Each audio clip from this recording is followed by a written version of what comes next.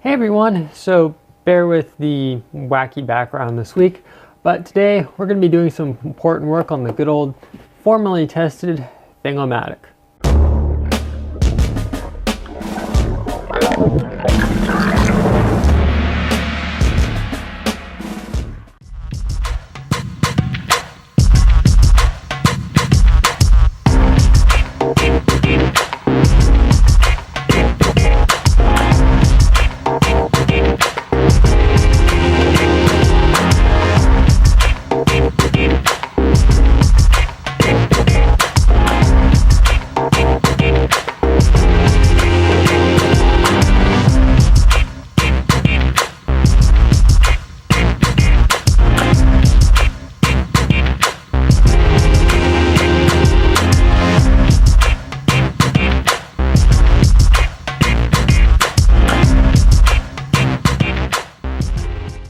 Okay, so first things first, what I did was I printed up one of each of these PLA plastic parts.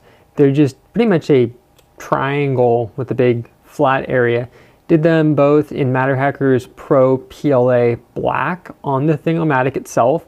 And then I just glued the parts up using some liquid model cement. The reason why I did them lying flat, which is why it's in two pieces, is I didn't know how much space I was going to have for lighting, so I figured that made the most sense. So now what we need to do is we need to attach the light strip. You can see I've come along with a colored pencil and just lightly marked out an approximate center line. It doesn't need to be anything perfect. For the light strip, I'm just using one of those handy dandy, get them all the time off eBay for relatively cheap self-adhesive LED strips. These are also the same kind of light strips that my sister used in her tiny house project, and they are ridiculously bright. It's also the same kind of thing that my Ultimaker used for lighting inside. So this is just one strip that's 1, 2, 3, 4, it's 5 segments long, and it's actually not that big. The nice thing is, if I felt like it, I have tons of room to add up to like 3 or 5 light strips to the lighting. But quite honestly, you'll see that the two sets of strips, that we're going to install in here should probably do the trick. So let's get this installed on here and then work on getting it installed over there.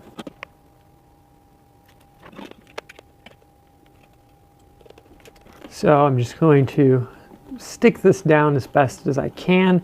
It's a relatively clean surface, so I'm not super worried about it peeling off or anything like that. But that's pretty much how I'm going to install the light strip.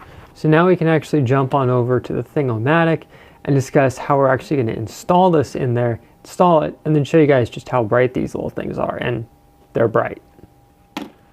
Okay, so sorry if this part's kind of hard to see, guys. I'm literally using one of the light strips in the Thingomatic right now to try and film this, and I can barely see a thing on the monitor. So bear with it for what it is. But to install the light strip is pretty... Whoa, startled me. Okay, so to install the light strip is pretty simple. We have this, which is just another one of the parts that I'm using as a height stop because, well, let's face it, we don't need stuff all the way at the bottom. So what I'm going to do is I'm going to take the light strip itself and just use that as a bit of a height gauge. And as you can see, it fits in there quite nicely. Now to secure things, I don't want this permanent. So I'm going to use my good buddy rubber cement to hold everything in place. So what I'm going to do is I'm just going to slap some on the parts, being somewhat generous with it, as I know not everything's probably going to line up perfectly.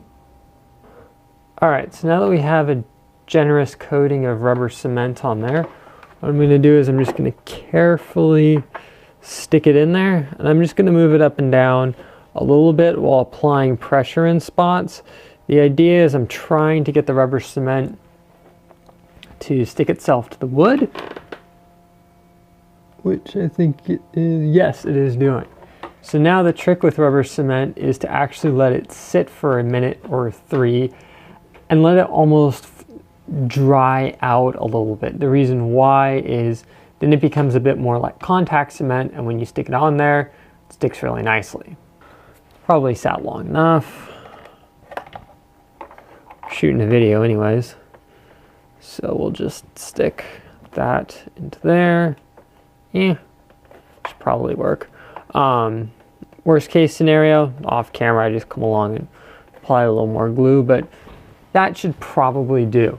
Now, when it comes to the wiring, that's going to be relatively simple. I just have a single lead coming off, and for the moment, I am probably just going to hook the wires together and run them out of the machine to a separate 12-volt power source. It's a little bit janky for the moment, but I am going to try and keep the power for the lighting separate from the machine, or wiring a switch or something like that. I know it's not the most convenient for all situations, but I'd much rather have redundancy than okay, so have if you guys lighting. are wondering just how bright this is, well, you're staring at a black screen. Boom. That is awesome. And to give you an idea, there's a print as well.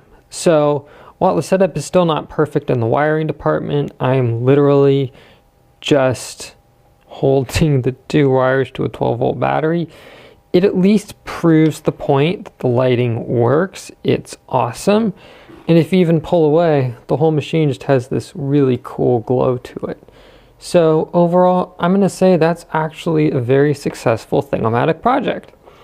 So next up on the to-do list is to work on replacing these Z-axis sliders, which while they work, they're not my favorite, with some custom ones, along with replacing the non-existent bushings, because of those, with some more, I guess, Dryland bushings, and putting some in there. I currently actually have some in the X-axis, and once I get them all installed, I'll kind of do a little mini overview on them, but so far they are working really well.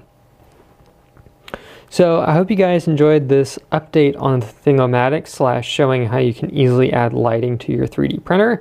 Obviously, please be careful when you do it. I mean, we're not dealing with mains voltage or anything like that here, but like anything else, just please use common sense and all that good stuff. And I'll see you here next time on Make It with Calvin.